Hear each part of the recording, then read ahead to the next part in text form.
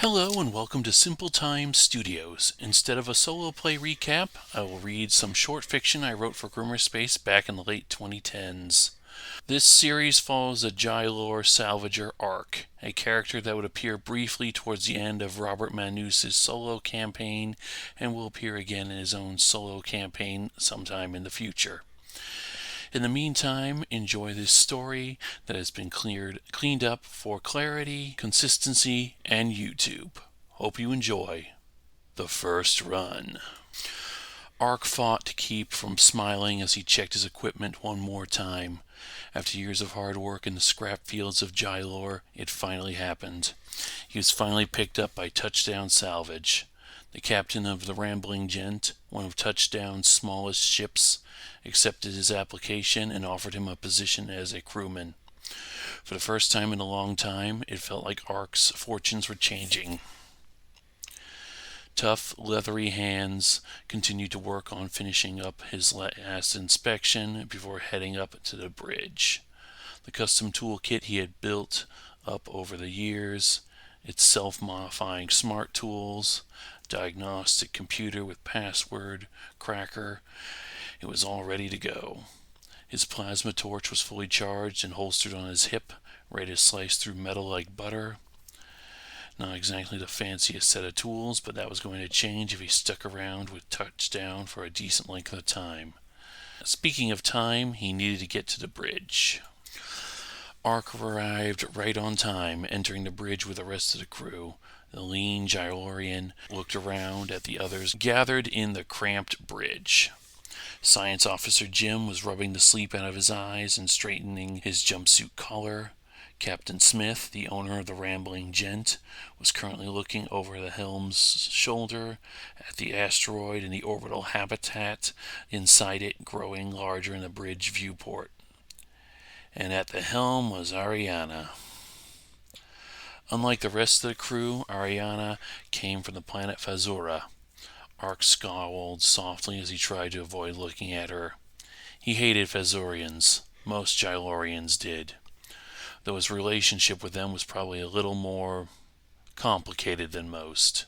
Decades of conning Jylor salvage workers out of honest work by essentially strip mining entire acres of scrap with automated collectors, thinking they knew best.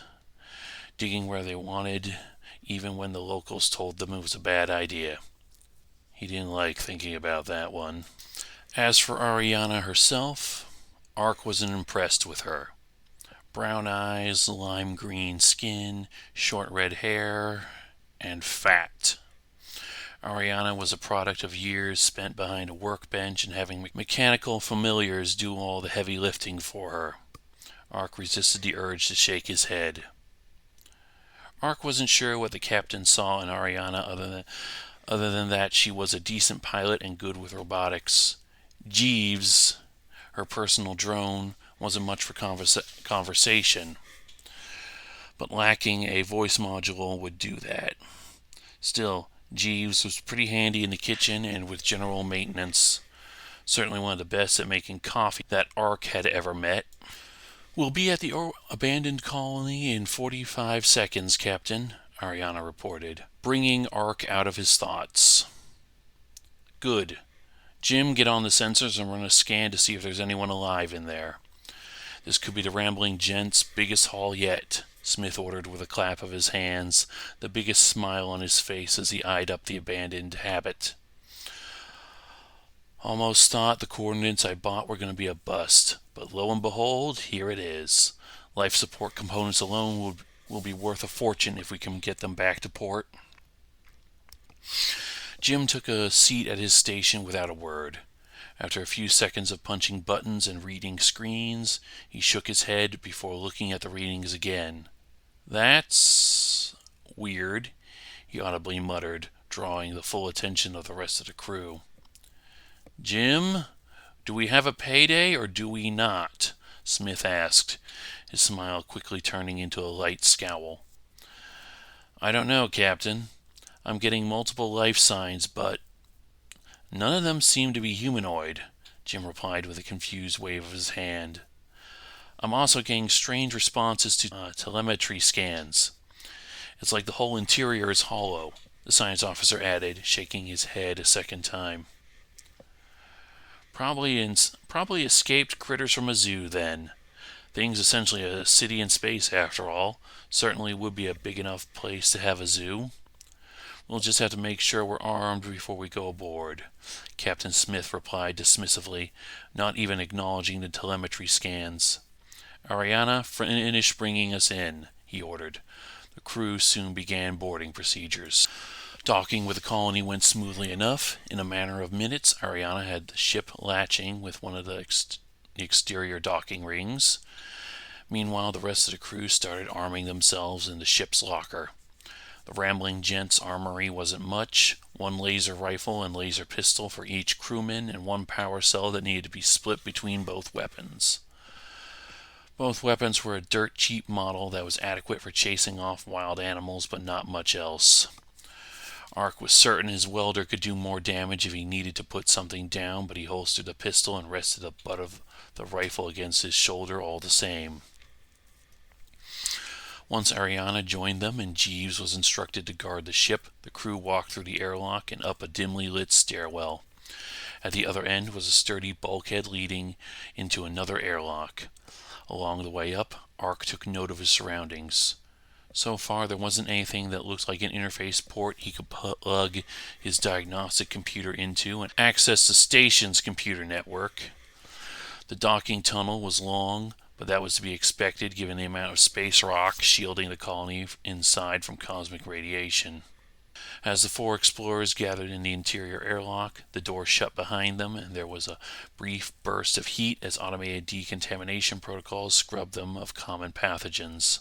Once the system was satisfied that they were clean, the door ahead of them opened, and the crew of the rambling gent were greeted by blinding light.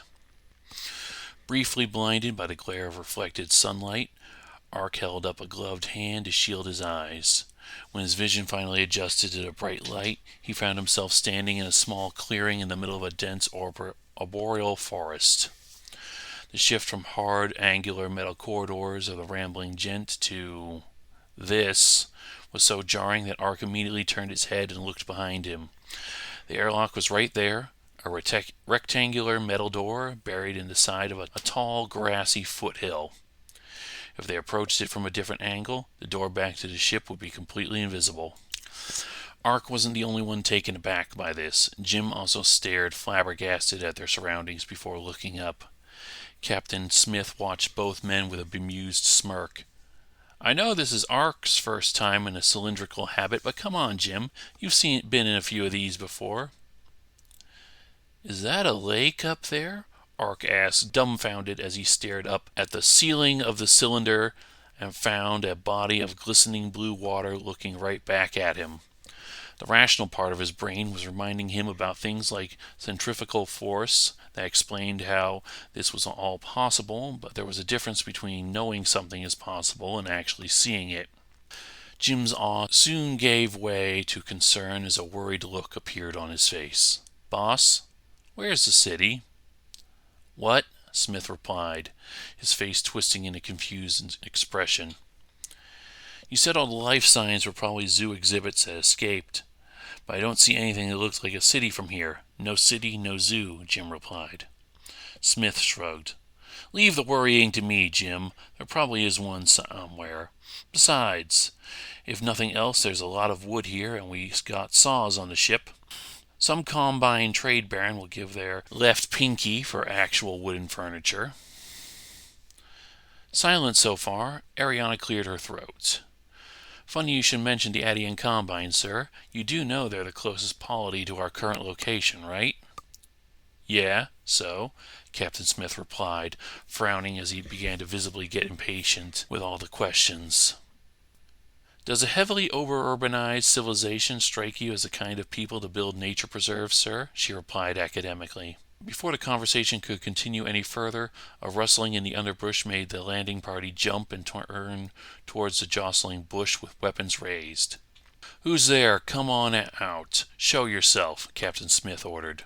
The bush fell silent to their demands. Then, a flash of gray disappeared deeper into the forest, like something was running on all fours.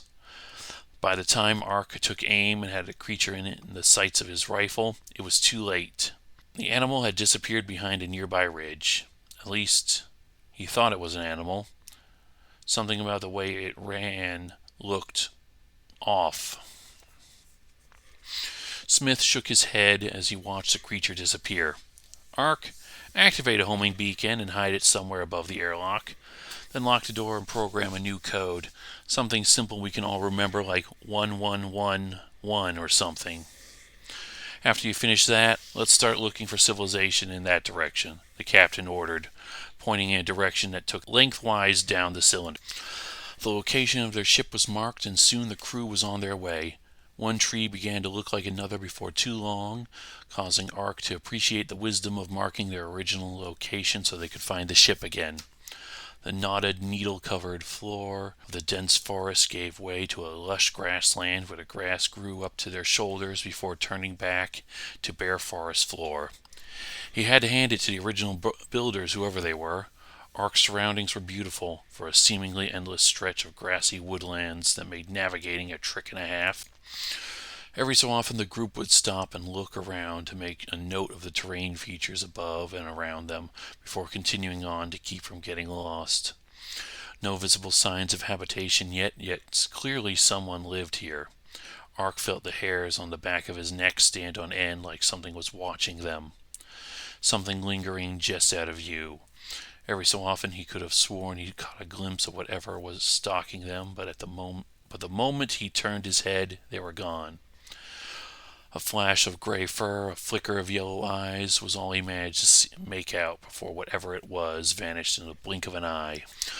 The automated array of mirrors the colony used to simulate a day-night cycle had begun to dim by the time the crew climbed one last hill in the middle of a vast rolling field and found themselves looking down at the first artificial structures they spotted since they arrived. A complex of interconnected buildings joined by rigid tunnels and raised walkways stood below them. The Gylorian salvage tech studied the buildings as the rest of the group argued about what to do next. Everything looked like it was built to last, but it also looked extremely uniform, like it was extruded out of a machine instead of built by hand. There was also a modular sense to the design. Ark spotted no less than 3 second-story doors that opened to empty space, almost as if the colony was designed to be expanded module by module. "What did I tell all of you?" Smith began. "Our payday's right here." "They could have done a better job building it closer to the docks, or at least gave us a proper road to walk on," Ark replied, starting to share Jim and Ariana's unease. First time out in space, and he felt like he was back in the Gylorian scrap fields. Years of honed survival instincts were telling him that something was wrong, very wrong, with everything he had seen so far. "Looks like a combine colony," Jim replied, which makes no sense because nothing else here looks like something they'd build. Why shell out the credits for all this and go cheap on the last stretch? Captain Smith shook his head and started to walk towards the complex. "Do you people want to go inside or have this discussion out in the dark?" Ark sighed and followed after the ship's captain, the other 2 following suit right behind him. Smith was right, of course. It would be dark long before they got back to where they left their ship. Whatever was wrong with this place, it could wait until morning. And if it couldn't, it was better to limit the number of directions it could come from. There was nothing marking the perimeter of the colony compound. No automated sentries or other signs the explorers were not welcome on the premise. If there was anything stopping the 4 of them from walking in and filling their pockets with whatever would fetch a good price on the second-hand market, it wasn't making itself known just yet. At one point the colony had a small network of sidewalks and manicured lawns, but the grass had been overgrown with the unnervingly pristine sidewalks marking the edge between the waist-high patches of grass. And no markings, flags or signs proclaiming who had owned or founded this colony, or signs showing what building did what. Ark noticed as the group followed Smith into the first building that looked promising. The first building they entered turned out to be administration, everyone fanning out to better explore the building. The receptionist's desks and modest main foyer gave way to rows of empty cubicles ready and waiting for office workers to come in and perform mindless administrative tasks for the colony. One row of desks even had several computers that appeared functional. On a whim, Ark turned one on and was greeted by a login screen with a cheerful, smiley face logo he did not recognize glowing brightly back at him. Pulling out his toolkit and setting it in front of the active computer, he quietly radioed the others over his communicator. I found a working computer in the cubicle farm, going to try accessing it and seeing what I can find. Good. Let us know if you find anything, Captain Smith answered back. Ark nodded habitually, even though there was no one to see his gesture, and gently pulled the universal connector cable out from the side of his diagnostic computer and plugged it into the desktop unit. Bringing up the password cracker he used to explore the secure parts of wrecked starships back on Jylor, he started to crack the computer's security, only to see the program promptly thrust him right into the user interface. There was no security to crack. The previous user had left themselves logged on like they had just stepped away from their desk for a few minutes. The scavenger was quickly skimming through the colony's data network and looking through the emails saved on the computer. The email folder was unsurprisingly empty, but the data network was surprisingly full of content for an orbital that looked uninhabited. Unfortunately, it was all very disorganized. Sorting through it properly would take him time he simply did not have. Skimming the best he could, he focused on common discussion topics and noticed the upload dates, comparing them against his wrist-mounted chronometer. There were a lot of very in-depth discussions concerning gene grafting, biochemistry, and various mammalian predators from throughout inhabited space. Discussions that went all over his head and made him wish he knew a little more about the life sciences. Interspaced between these discussions were pictures drawn by different artists of varying levels of skill. While the art was imaginative, more worrying were the dates. 1 week ago, 4 days ago, 2 days ago, 1 day ago, yesterday evening. The last update was a general announcement posted this morning by someone who appeared to be the colonial governor. Citizens, today is an important day for our community. Today is a day we take the first step towards beginning our expansion. Through a bit of cunning, I have brought 4 travelers to our colony. 3 are from Jylor, the planet of junk, while the 4th is a Fazorian female. Smith, Ark, Jim, and Ariana have come expecting to find an abandoned station full of salvage and treasure. You know what really waits for them. Ready the welcome. Dr. Wells. Ark skimmed this announcement, then promptly read it again, his blood growing colder.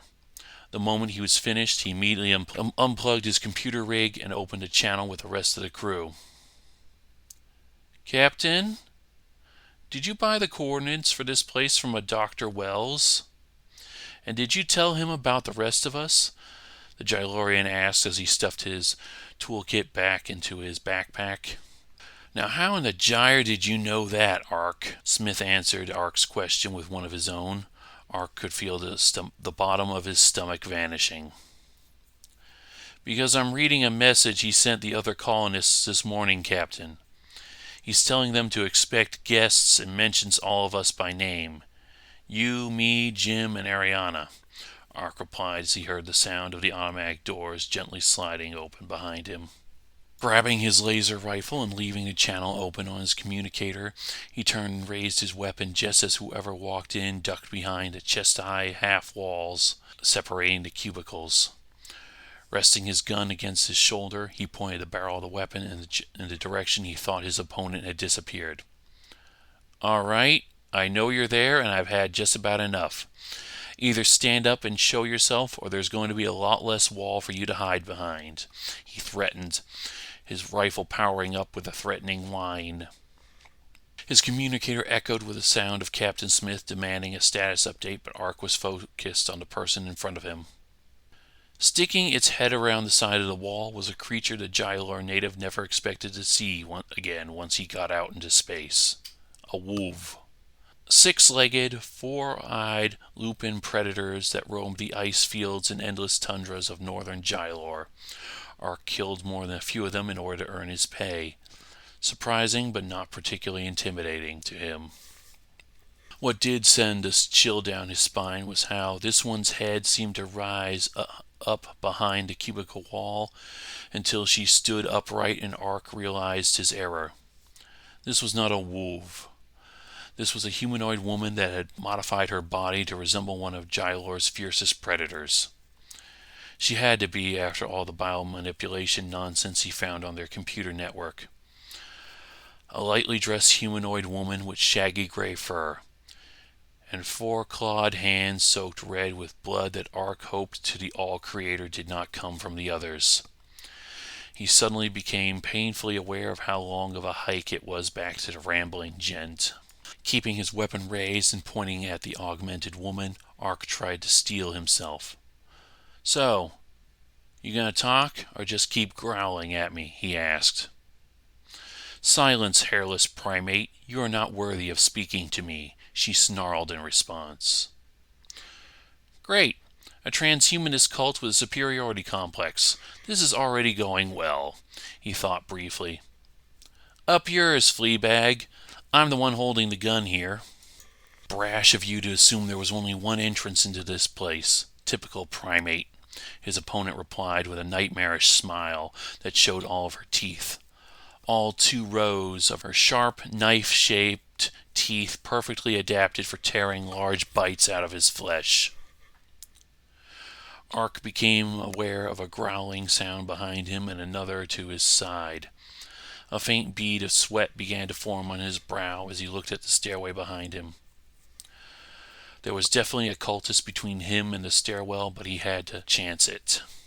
Squeezing the trigger on his laser rifle, he shot and aimed wide, driving the wolf augment under cover before he hastily grabbed his backpack and ran for the stairs. Rising up and running to block his path, a humanoid augmented with feline DNA Ark didn't recognize raced to intercept him. Would have been successful too had Ariana not picked that exact moment to come down the stairs and quickly open the door, slamming the duralloy portal in the feline man's face. Ark ran in and slammed the door shut behind him. The duo ran up the stairs to the 3rd floor. Heart pounding in his chest, Ark waited until they were both through the metal door before sealing it shut with a quick weld. It wasn't his best work by a long shot, but it would hold long enough for them to figure out how to get out of this and back to the ship.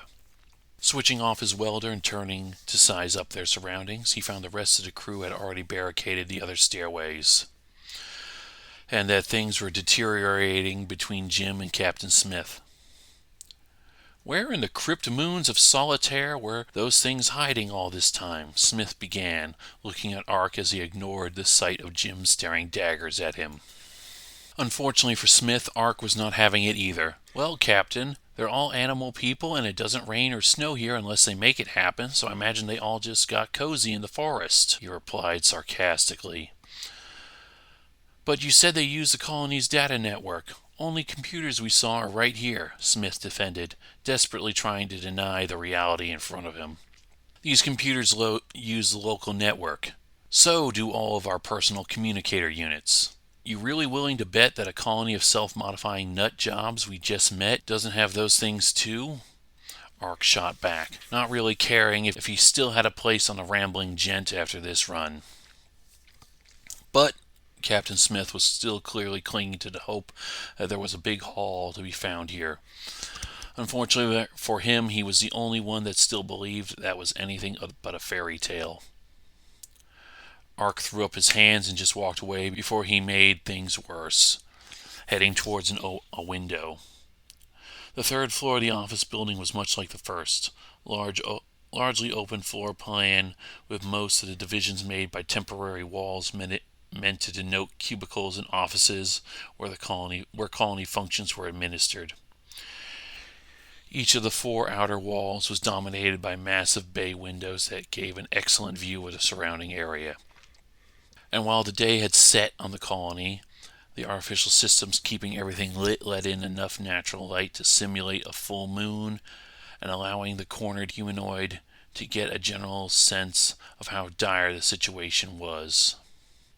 Small groups of shadowy figures watched from the edge of the forest or roamed the overgrown lawns of the complex proper, disappearing into the tall grass only to gracefully reappear later. A few minutes later, he became aware of Jim standing next to him. "So how many of them do you think there are out there?" Jim asked. "I count at least 20 on this side, but of course it's hard to tell in the dark. Doesn't help that none of them seem to need flashlights or torches," Ark replied. "That would be consistent with what little we've observed thus far. Ariana tells me most of the feline augments seem to resemble some nocturnal predator from equatorial Fazura," Jim replied, gesturing to the little robotic plushie that was currently clinging to Fazorian's utility belt. Ark noticed a very, very well rendered similarity between the plushie and the creatures hunting them. Ark rolled his eyes and shook his head. "Think the captain is going to look for a replacement for me when this is over?" "I think the captain's going to need a replacement for all of us when this is done, whether he wants to or not. I'm usually the one standing up for him when the plan comes up short, but he's really stepped in it this time. I knew it. I knew something was wrong with this place. We should have turned right around the moment we found this compound," Jim fumed, glaring at the captain as their leader looked out another window and likely saw the same hopeless situation that Jim and Ark saw.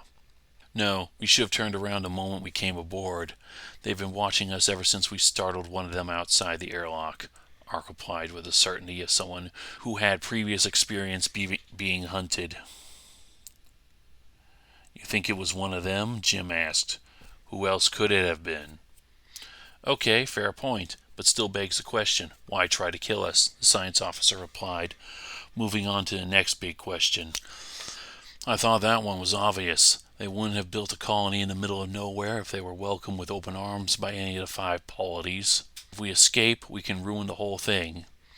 Even if the polities don't do anything about it, there's still enough mercenaries and firepower for sale in any one polity that a private citizen with enough credits can easily take care of these nutters themselves if they want." "Well, then why bring us aboard at all?" "Maybe it's not us they want. Maybe they just want the rambling gent.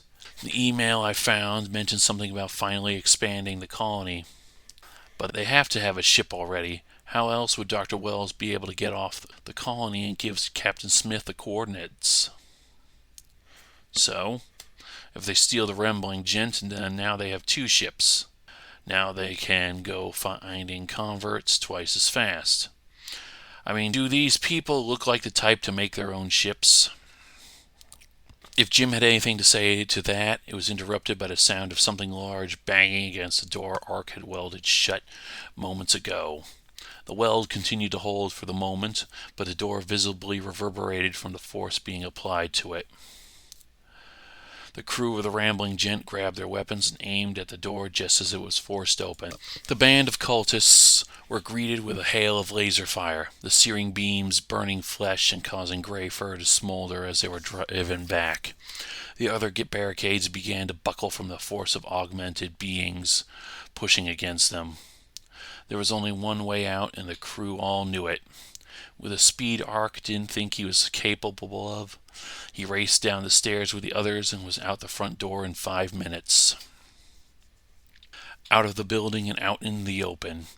He realized what a mistake that was as he heard Jim scream. The other Gylorian had ran too close to the tall grass and was dragged screaming into the foliage. Blood-soaked hands reached out onto the worn concrete as Jim tried to desperately pull himself away from his assailants. Ark caught a flicker of blood-soaked mouths, of Jim missing pieces of his body, and found himself giving in to the urge to flee. Running as fast as he could, heart pounding in his chest, Ark raced through the woods, constantly aware that death was only a few steps behind him. Running after the others, he soon caught up with Ariana and Smith just as they arrived at the edge of the meadow. Shoulder-high grass waving gently in the night breeze as a faint rustling sound could be just heard over the 3 survivors shouting to each other. Ark realized this was a trap. They all did. But unfortunately it was still the fastest way back to the ship. So with their pulses still racing, the three of them ran through the tall grass. Soon all he could hear was the sound of grass crunching beneath his feet and his own heavy breathing. All Creator, was a field this large when they came through it the first time? Ark wondered and looked back just in time to see Smith get pounced by a black-furred blur and scream as he disappeared beneath the tall grass. The salvager kept running. Up ahead, Ariana drew her laser pistol and fired into the meadow, seemingly blindly. Stupid Fazorian, he thought briefly before what she was really doing became apparent. Setting his laser rifle to fully automatic, he joined her in torching the grass to cut off their pursuers. The grass smoldered, then caught fire with a burst of flame that quickly spread. Ark turned and ran after Ariana. Behind them, the transhumanists screamed and howled, their pursuit foiled for a moment. The two humanoids took the opportunity to keep running, their flight fueled by pure adrenaline. The rambling gent was just ahead. The homing beacon came to life as soon as it sensed the approaching duo, revealing the airlock's location to them. Ark frantically entered the code he programmed earlier and ushered Ariana in ahead of him. Slamming the reinforced alloy doors shut behind him, he turned on his welder a second time and began to weld the door shut, this time making sure it was strong enough that no one would be able to break through without proper tools. As he switched off his welder, he felt a strong pang of guilt before reminding himself that there was nothing that could be done about Jim or Smith. Nothing he could do about the dead. Ariana was at the helm doing pre-flight procedures when Ark came aboard and locked the airlock behind him. We all aboard? All of us left at any rate? His sole companion for the trip home was silent for a moment. Yes, just you, me, and Jeeves, she answered sadly, probably trying as hard to avoid thinking about what had just happened as he had. Is the board all green? Yes. Looks like they didn't sneak aboard and sabotage anything, she replied, her hands visibly shaking as she finished punching the controls. Ark imagined he didn't look much better. Get us out of here then. There's nothing we can do for the others. Not anymore. As the rambling gent took off and the colony disappeared behind them, the rookie scavenger sat down in the seat next to the robotic engineer and exhaled. A colony of cultists that was going to have to be marked off and hopefully dealt with at some point. 2 dead, including the captain, and absolutely nothing to show for it. The 2 of them were going to have a lot of explaining to do when they got back home. End of story.